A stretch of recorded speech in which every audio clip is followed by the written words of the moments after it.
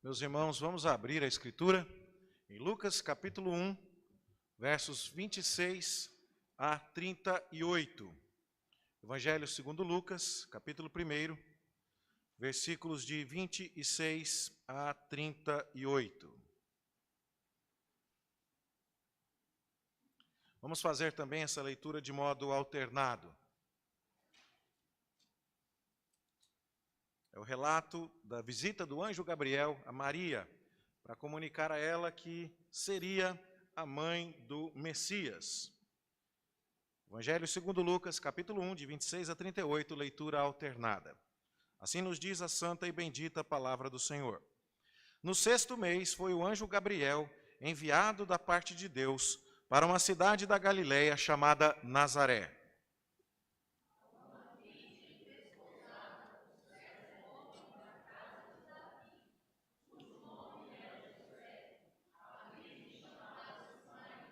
E entrando o anjo aonde ela estava, disse: Alegra-te, muito favorecida, o Senhor é contigo.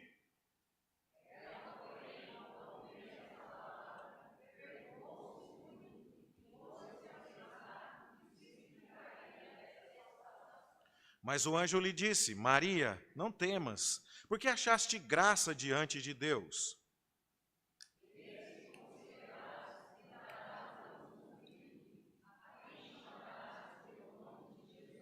Este será grande e será chamado Filho do Altíssimo. Deus, o Senhor, lhe dará o trono de Davi, seu pai.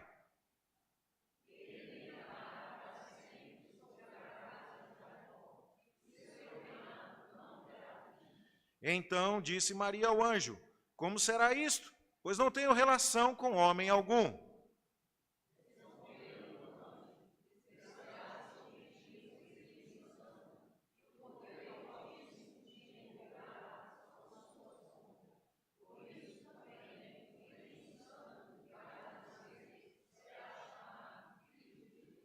Isabel, tua parenta, igualmente concebeu um filho na sua velhice, sendo este já o 6º mês para aquela que diziam ser estéril.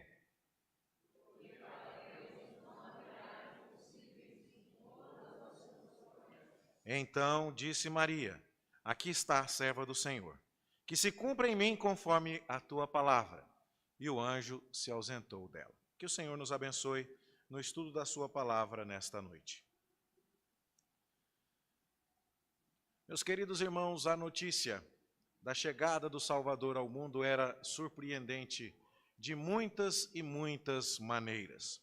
A pergunta de Maria é tocante. Como é que isso aí vai acontecer? Você está me trazendo uma notícia, mas você escutou o que você está dizendo que vai acontecer, o anjo Gabriel? Eu não tenho relação com homem algum. E a resposta do anjo é tocante. Deus não conhecerá impossíveis em todas as suas promessas. Foi assim que nós abrimos o culto desta noite. O meu Deus é o Deus do impossível. E todos aqueles que estão envolvidos na promessa que Deus agora cumpre no Natal vão ter um certo momento de hesitação, um certo momento de dúvida, a começar pelo patriarca, cuja vida nós estamos estudando enquanto estudamos o livro de Gênesis. Vocês devem se lembrar que Abraão, em determinado momento, diz ao Senhor: Como saberei que eu vou possuir a terra prometida? Porque eu não tenho herdeiros. O meu herdeiro ainda é meu servo Damasceno Eliezer. Como eu poderei herdar esta terra se não tenho herdeiros, se não tenho filhos meus? A dúvida começa com Abraão, mas ela se espalha, porque somos limitados, porque somos finitos, porque não temos os recursos de Deus, a sabedoria de Deus, a antevisão de todos os fatos como Deus tem. E não é diferente quando o anjo vem falar com Zacarias, o pai de João Batista, que está em seu turno como sacerdote, e Zacarias pergunta ao anjo: Como saberei isto? Pois eu sou velho e a minha mulher é avançada em dias. Como é que Isabel, também estéril, haverá de conceber o precursor do Messias? Mais um que está perguntando: como é que isso vai acontecer? E Maria faz a mesma coisa no verso 34 que lemos aqui. Como será isto? pois não tenho relação com homem algum. E a resposta, mais uma vez quero enfatizar, é que para Deus não haverá impossíveis em todas as suas promessas. Bom, isso é um eco daquilo que foi dito lá no livro de Josué, quando você vê que Deus entregou a terra de Canaã, dominada por gigantes, ao povo de Israel, que era inferior numericamente, era inferior militarmente, era inferior estrategicamente. Mas ao final do livro de Josué, a síntese é, e Deus cumpriu todas as suas promessas, e nenhuma só de suas palavras falhou, nenhuma sequer, porque Deus não conhece impedimento para isso. Isso é tão bonito, que na língua hebraica existe um jeito de expressar isso. O pensamento de um idioma tem sempre uma filosofia por trás, e a língua hebraica tem também a sua própria filosofia.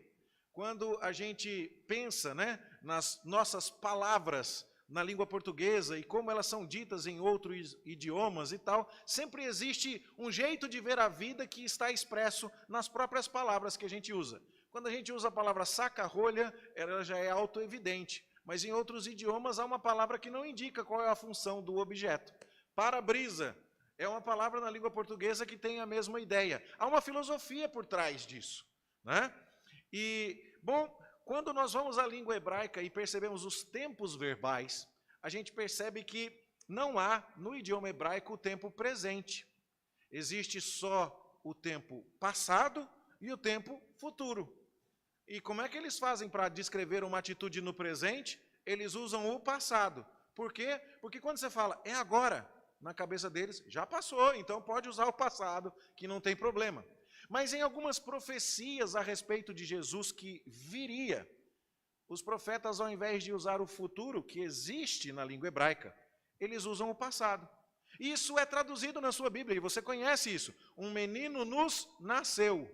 Mas Jesus já tinha nascido? E a resposta é não. Um filho se nos deu. Já tinha sido dado esse filho? A resposta é ainda não. Mas por que então os profetas usam o tempo passado para falar de uma coisa que vai acontecer no futuro? É porque quando Deus fala que alguma coisa vai acontecer, já aconteceu. Para Deus, não tem impossíveis em nenhuma das suas promessas. Quando Deus diz que vai fazer, considere feito. É diferente, por exemplo, daquela bicicleta que de repente o seu pai te prometeu dar, mas aí o aumento que ele esperava não veio. Daquele passeio que o tio disse que faria, mas houve um acidente na família e alguém precisou ser internado e ninguém estava disponível para te levar. Não, Deus não conhece impossíveis em todas as suas promessas. E o anúncio que Gabriel faz a Maria é um anúncio repleto de impossíveis. E se você prestou atenção, como eu espero que você venha crescendo cada dia mais em compreensão da liturgia pedagógica da Igreja Presbiteriana do Brasil e da Igreja Presbiteriana do Jardim América, os pontos do sermão já estão todos dados a você ali. Quais são os impossíveis da geração do Messias? Bom, o primeiro ponto, Salmo 113, Deus faz com que a estéril seja alegre mãe de filhos. E a gente cantou a respeito disso no cântico Deus do Impossível. Faz que a estéril seja mãe de filhos. Por quê? Bom, é impossível ao ser humano gerar quando há limitações biológicas. No caso da mulher estéril, como foi a situação de Sara, como foi a situação de Rebeca, como foi a situação de Raquel, como foi a situação da mãe de Sansão, cujo nome não é preservado na Bíblia, como foi a situação de Ana, mãe do profeta Samuel, como foi a situação de Isabel, todas elas estavam impossibilitadas por alguma enfermidade ou limitação física de gerar um descendente. Mas em cada um destes casos, Deus estava preparando o terreno para a maior de todas as gerações sobrenaturais, a geração de uma virgem. Agora não se trata simplesmente de fazer fertilizar o ventre de uma mulher que tem marido, que tem intimidade com seu esposo, mas que por alguma questão biológica tinha limitações. Não, agora a geração é sem qualquer concurso humano. E é isso que deixa Maria perplexa. Como será isto? Diz Maria, eu não tenho relação com homem algum. Mas isso não é problema para Deus. Deus não conhece impossíveis. Então a geração do Messias é uma geração sobrenatural. Descerá sobre ti o Espírito Santo, diz o verso 35, e o poder do Altíssimo te envolverá com a sua sombra. Trata-se, portanto, daquela geração que cumpre todas as promessas de Deus ao longo de toda a Bíblia. Como temos visto no livro de Gênesis, que temos estudado, a promessa que veio lá da primeira conversa de Deus com Adão e sua esposa após a queda em pecado. É dito a eles que um descendente da mulher esmagará a cabeça da serpente. Bom, se o pecado entra no mundo através da atenção e do crédito que Eva deu à serpente, Deus quis que o pecado fosse vencido através de alguém que viesse daquela que deu crédito à serpente. E o homem não teria participação nisso. Não se trata de um descendente do homem e da mulher, mas apenas e tão somente de um descendente de mulher. E é por isso que a promessa vem através de uma virgem que conceberá e dará à luz àquele que é o Deus conosco. E é assim que Jesus é chamado no texto, quando o anjo Gabriel fala com Maria. No verso 32 é dito que ele é o Filho do Altíssimo. E no verso 35 ele é chamado de o Filho de Deus. Não foi um problema para Deus isso. A geração impossível, prometida por Deus e cumprida no Natal, é uma geração sobrenatural. É o filho de uma virgem. É alguém que nasce sem qualquer participação humana. E isso para Deus não é problema algum. Mas há um outro problema, que também vimos aqui no texto que lemos e que também já foi abordado em nossa liturgia, que é o fato de que filhos de pecadores são pecadores. Alguns de vocês podem dizer aí que os seus filhos parecem com vocês, no jeito de andar, no tipo do cabelo, na cor dos olhos, na teimosia. Em alguma coisa, o filho da gente acaba parecendo com a gente. Bom, filho de pecador é pecador. E o que nós vamos ver aqui é que o anjo fala com Maria dizendo, vai nascer de você, verso 35, um ente santo. Não é simplesmente uma virgem que está concebendo, e não é só esse o impossível. Não é apenas uma mulher que não tem relação com homem algum. É uma pecadora que vai gerar um homem santo. Isso é impossível. Isso é um problema, mas não para Deus. E é por isso que os cristãos prestam tanta atenção a isso. Para que pudesse ser o nosso Salvador, para que pudesse sofrer o castigo que era nosso, o nosso Senhor Jesus deveria ser absolutamente santo e inculpável. E então, como Deus que é, ele não se contaminaria através dessa geração impossível, feita através de uma virgem sem a participação de seu esposo.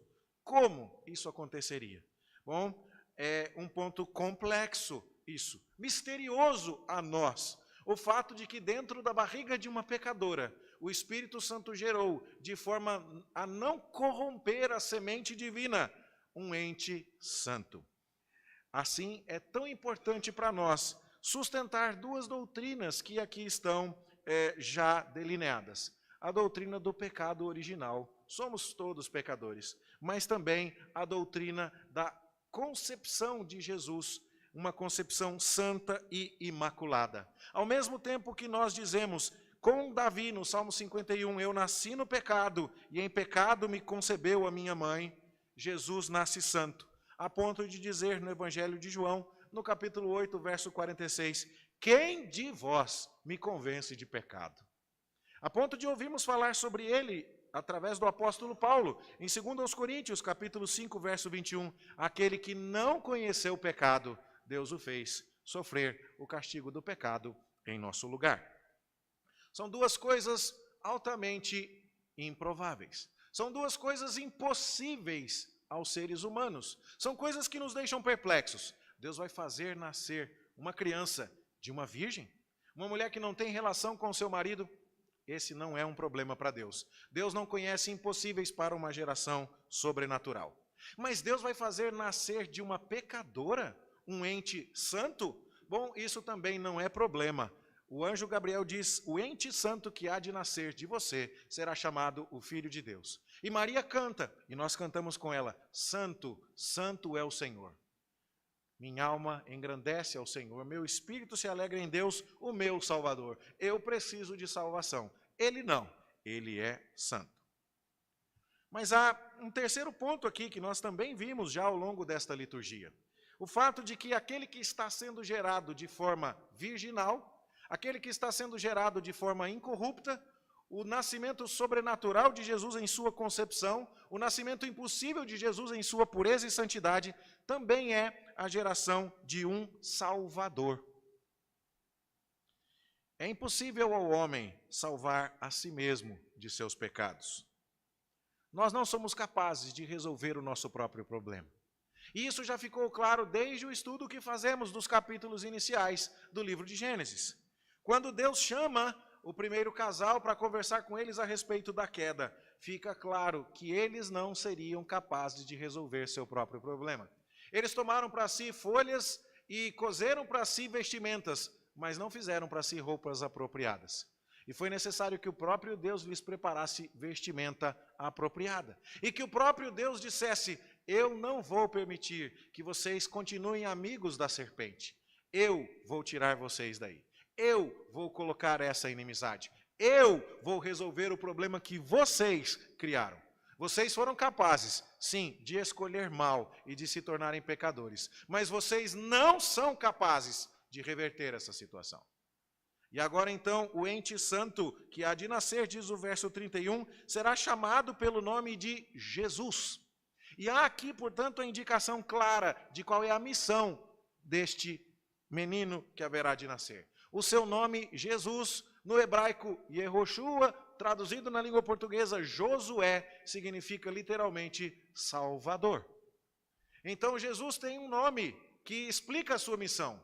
Ele não é apenas o filho de uma virgem que nasce de maneira totalmente particular, sem o concurso humano. Ele não é apenas um ente santo que nasce refletindo o caráter divino e puro do Senhor, mas ele é alguém que nasce para salvar.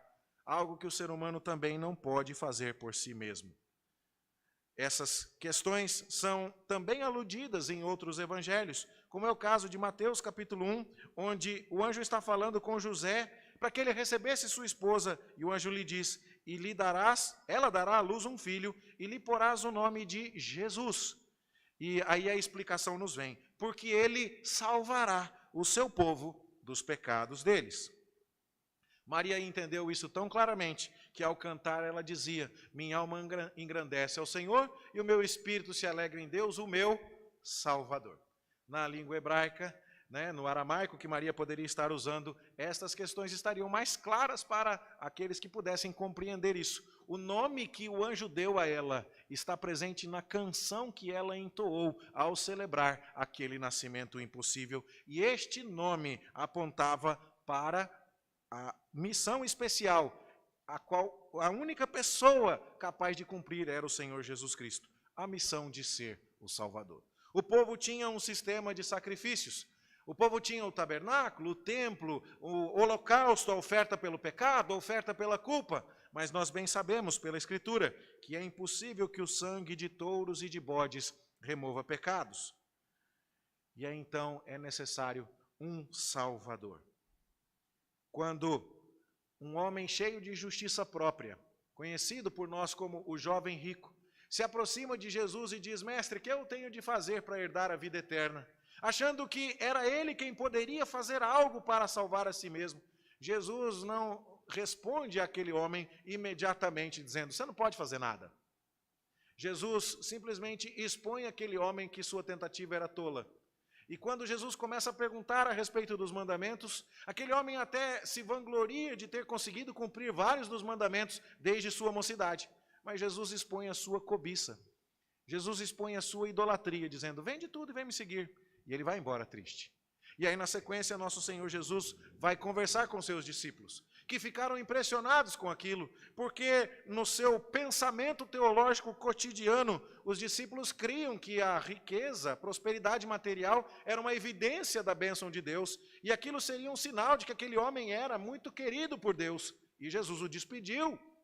E os discípulos então ficam perguntando: mestre, como é que é isso? E Jesus diz, como é difícil que um rico entre no reino dos céus. E na sequência Jesus diz assim, para os homens a salvação é impossível, contudo não para Deus, porque para Deus tudo é possível. É mais fácil passar um camelo pelo fundo da agulha do que entrar um rico no reino dos céus. É mais fácil você perceber comigo aqui a dificuldade que é alguém salvar a si mesmo. É simplesmente impossível. Mas para Deus isso não é um problema. O texto vai dizer em Isaías capítulo 53 que Jesus foi ferido pelas nossas transgressões e que o castigo que nos traz a paz estava sobre ele. Quanta coisa impossível é resolvida no Natal do Senhor Jesus Cristo. Uma mulher que não poderia gerar sem o concurso de um homem, uma virgem concebe. Uma pecadora que só poderia dar à luz um pecador como ela, gera, pela participação do Espírito, um ente santo. Alguém que não poderia fazer nada pelos seus próprios pecados, gera o Salvador. Mas por último, é gerado o Rei. Veja, a conversa do anjo com Maria é dito o seguinte, verso 32, este será grande e será chamado Filho do Altíssimo. Deus, o Senhor, lhe dará o trono de Davi, seu pai. Ele reinará para sempre sobre a casa de Jacó, e o seu reinado não terá fim. Pode parecer um pouco estranho para nós aqui, prestarmos tanta atenção nesse detalhe, mas esta fala do anjo Gabriel com Maria é tão improvável quanto a ideia de que uma virgem vai dar à luz. É tão improvável quanto a ideia de que uma mulher pecadora vai gerar um ente santo. É tão improvável quanto a ideia de que alguém vai poder fazer algo por si mesmo para salvar-se de seus pecados. Como falar de um rei num momento como aquele? Nós estivemos falando sobre isso no domingo passado pela manhã. Qual era a situação política do povo de Israel naqueles dias? E num pequeno resgate aqui nós podemos nos lembrar. Foi no ano 586 a.C., portanto, quase 600 anos antes da conversa de Gabriel com Maria.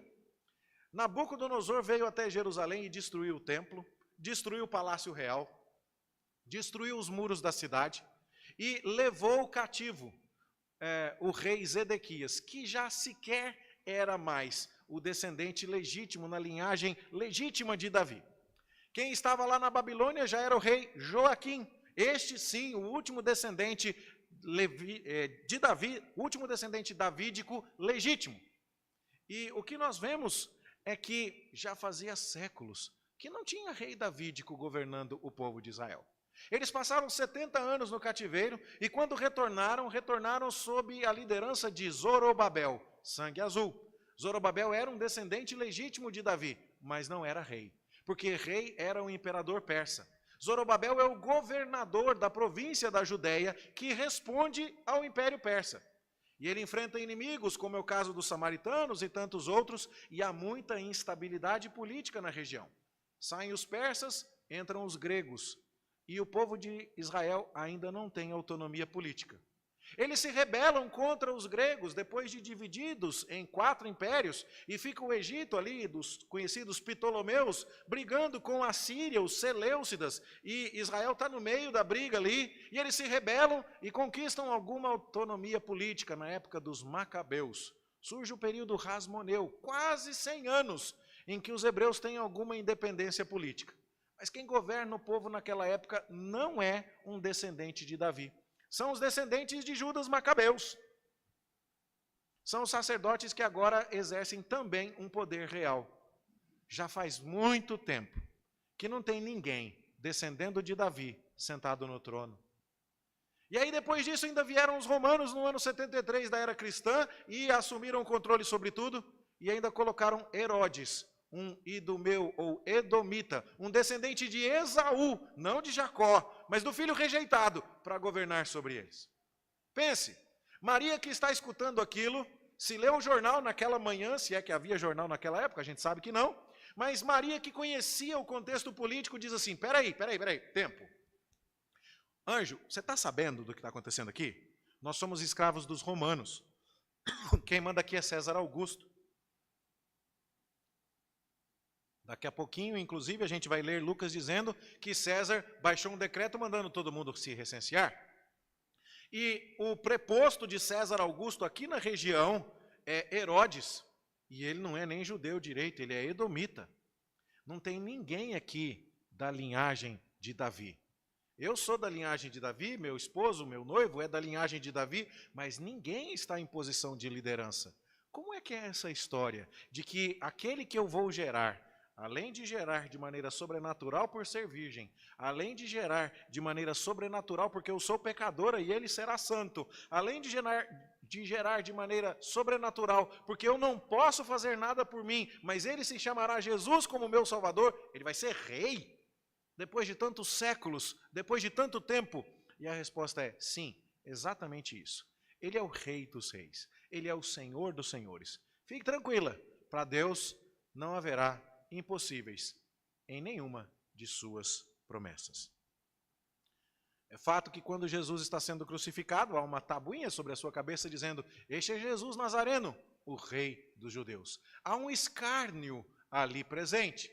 Mas nós sabemos com toda clareza que ele veio para sofrer o castigo dos nossos pecados. Ele veio para nos trazer a paz. Ele veio propor e realizar e consumar a nossa reconciliação com Deus. Ele é rei, mas ele veio em primeira instância em humilhação, para sofrer o castigo, para dar a Deus a satisfação do pecado que é meu e seu. E como santo, sofrer para ser o nosso Salvador. E gerado de maneira sobrenatural e pura, salvar. Mas isso não significa que ele não volta para reinar. Ele é o rei. E nós que já entendemos tantos impossíveis que Deus desconheceu, que Deus simplesmente ignorou, porque Deus não conhece impossíveis em nenhuma de suas palavras. Não temos por que duvidar do reinado eterno, já inaugurado, de nosso Senhor e Salvador Jesus Cristo. É por isso que quando nós vamos ver os personagens da história do Natal cantando, eles estão falando a respeito de uma salvação que eles sequer questionam. Eles podem se juntar aos profetas do Antigo Testamento e falar sobre realidades futuras com verbos no passado. Zacarias não tinha visto nada, mas ele podia cantar como um reino do Messias havendo chegado, com toda certeza e segurança. Maria não tinha sentido a barriguinha crescer, não fez o primeiro ultrassom, mas ela já podia cantar que estava salva e segura, porque Deus havia cumprido todas as suas promessas.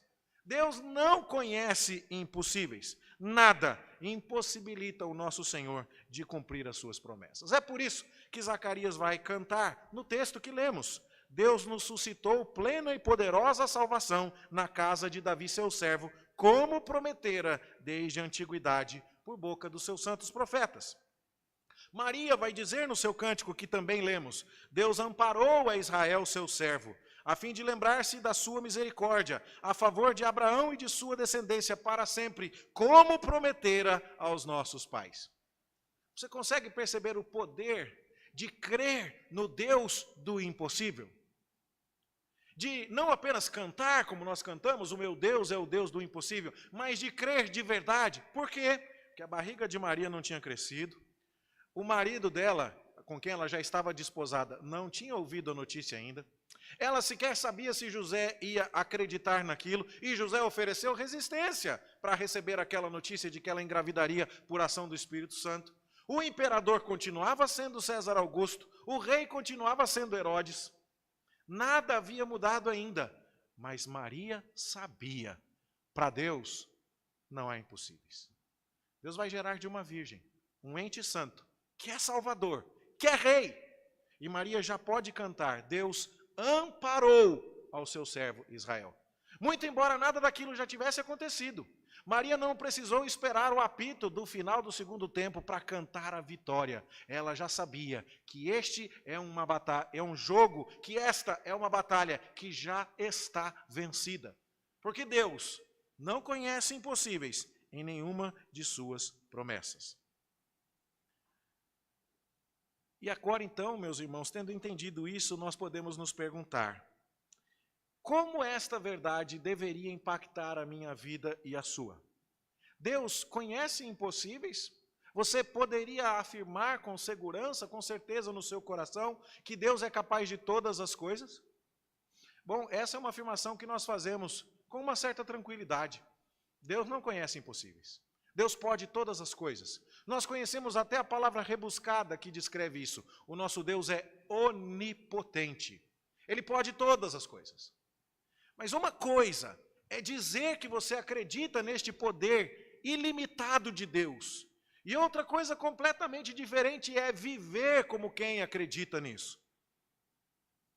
Eu já devo ter contado essa história aqui, mas eu não conheço outra melhor. Um homem estendeu um cabo de aço por cima das cataratas do Iguaçu e perguntou assim: quem acredita que eu atravesso? Estava ventando.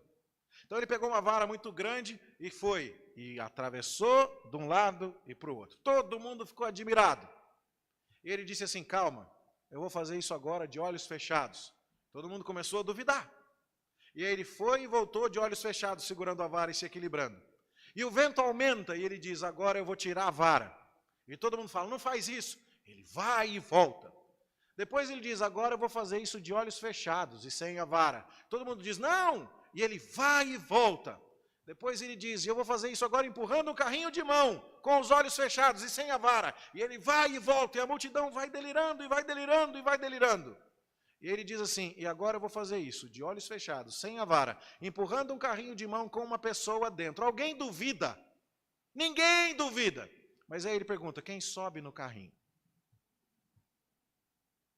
Meus irmãos, muitas e muitas vezes nós estamos cantando e dizendo que Deus é o Senhor dos impossíveis. Nós estamos dizendo que cremos que Jesus nasceu de uma virgem. Nós estamos dizendo que cremos em sua concepção imaculada. Nós estamos dizendo que cremos que Ele é o nosso Salvador. Nós estamos dizendo que cremos que Ele é o Rei dos Reis. Mas a gente vive como se Jesus fosse fraco.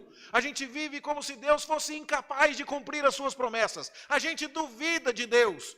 Do mesmo Deus que nos diz que quando nós consagramos a Ele os dízimos e ofertas, Ele vai derramar sobre nós bênçãos sem medida e vai abrir sobre nós as janelas dos céus. É nessa hora que a gente mostra se a gente sobe no carrinho para atravessar as cataratas ou não. Nós estamos dizendo que cremos que Deus é o poderoso para dirigir a nossa família e muitas vezes fazemos concessões e muitas vezes somos relaxados no cumprimento dos nossos deveres. Nós dizemos que cremos que Deus é soberano sobre tudo, que Deus está no controle de todas as situações, mas nos vemos magoados e ressentidos por decisões que nosso Deus tomou, como se Ele fosse culpado de nos tratar de uma maneira injusta. Será que nós de fato cremos que Deus pode tudo? Que Deus de fato cumpre a sua palavra, que Ele vai voltar, que Ele está no controle soberano de todas as coisas, que como diz Números 23, Ele não é um homem para que minta, nem filho de homem para que se arrependa, portanto, tendo Ele prometido, não o fará, ou tendo falado, não o cumprirá. Será que nós entendemos que podemos lançar sobre Ele a nossa ansiedade, porque Ele tem cuidado de nós? Que podemos mandar sobre Ele o nosso fardo que é pesado, e vamos receber dEle um jugo que é leve e é suave? Ou será que nós cantamos no Natal, e cantamos os hinos, e vimos a igreja, e nos alegramos com o coral, e falamos de um Deus que faz muitos impossíveis, mas não na nossa vida?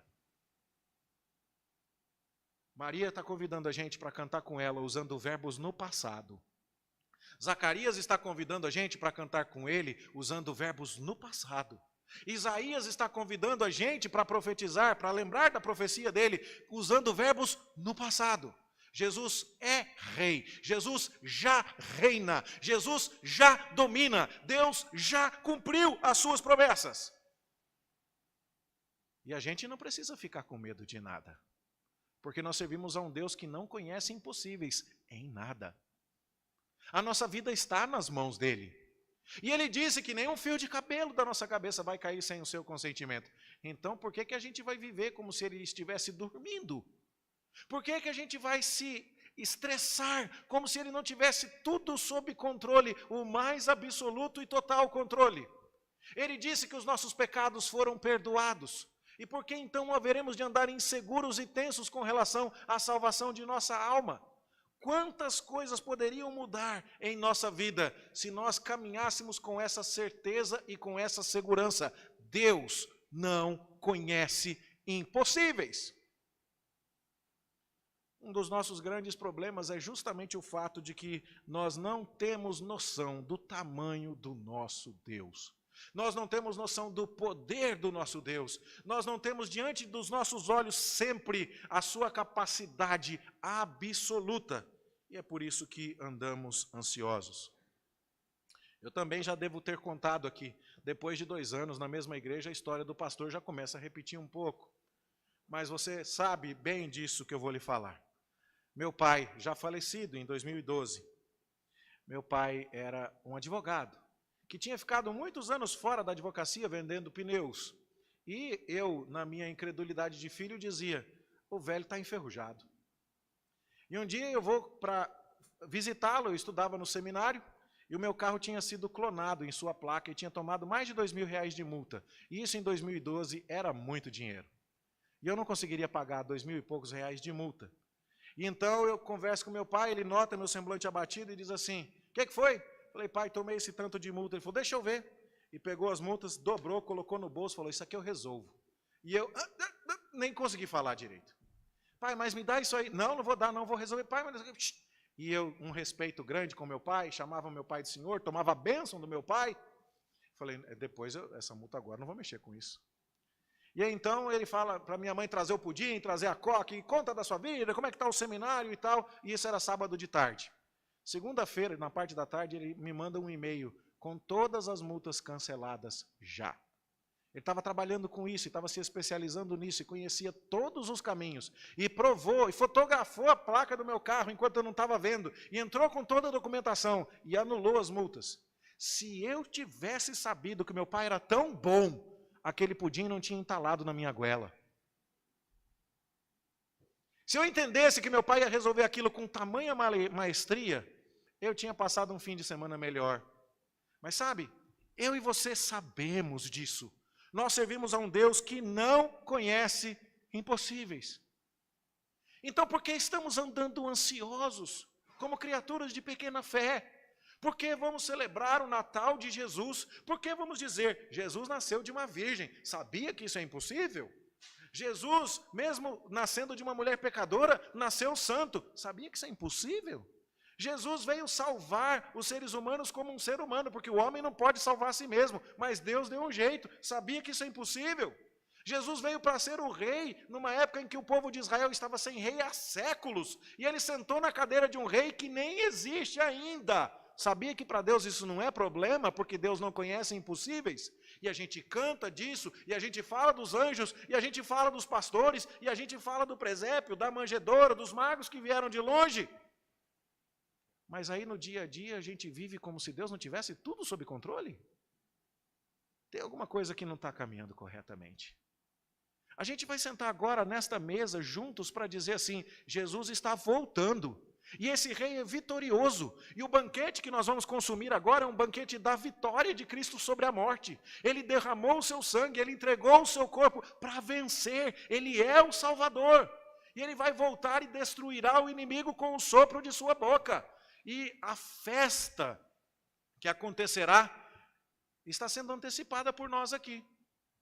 É quase como aquela prova que os noivos fazem do buffet antes da festa de casamento, ou como o couvert no restaurante, onde você chega lá e tem o pãozinho com manteiga, azeitona, alguma coisa ali antes de vir o prato principal. Nós já estamos saboreando a vitória de Cristo. Vê se faz sentido, irmão, que eu e você venhamos aqui à casa de Deus, cantemos sobre a sua vitória, cantemos sobre o seu poder, a sua onipotência, falemos que Cristo cumpriu todas as promessas, participemos desta mesa e depois vamos para a nossa casa e vivemos uma vida como se Deus não controlasse nada. Não, nós precisamos lembrar disso, o nosso Deus é o Deus do impossível.